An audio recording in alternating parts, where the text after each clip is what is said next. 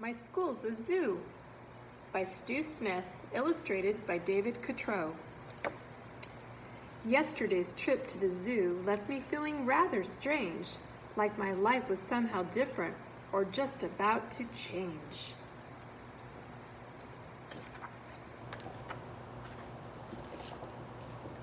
My parents didn't look the same. I watched them snort and drool. My sister ate my homework. I'm glad it's time for school. As I climbed aboard the school bus, my heart began to race. The driver waved his hairy arms with banana on his face. Animals crammed in every seat. Where'd all the people go? There has to be an answer. I'll bet Miss Wright will know.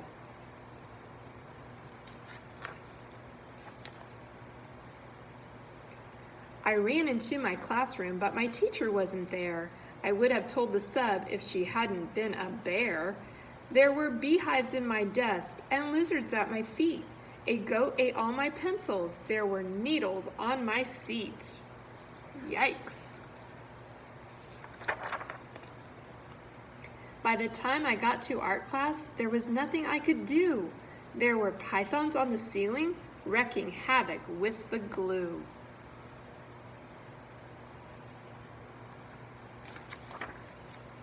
Computer lab was crazy. The mice were eating slugs. The computers didn't work on account of all the bugs.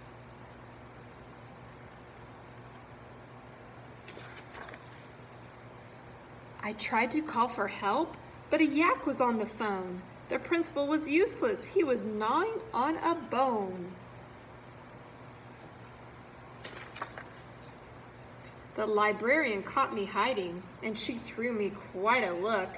As I glanced around the room, I noticed worms in every book. The lunchroom sure was crowded, and the aides looked pretty mean. The lions and the wild beast were causing quite a scene. The lobster in my lunchbox snapped its claws up in the air. A vulture watched me patiently so he could take his share. The turtles on the playground were spinning down the slide, while hyenas laughed in chorus as a hippo took a ride.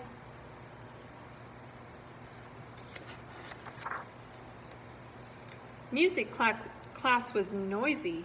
A penguin led our band. The ostrich missed his cue, and the monkey smashed his hand.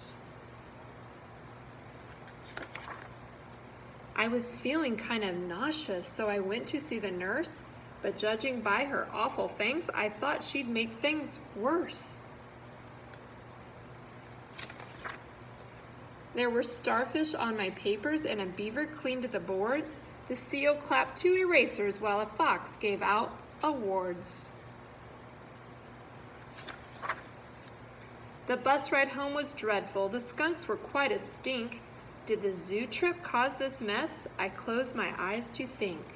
The next thing that I knew, the driver tapped my hand. Things seemed back to normal with my sister eating sand. I sure hope that our next trip to the dinosaur display won't have the same effect as the zoo trip did today.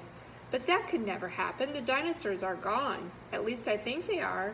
Then again, I could be wrong.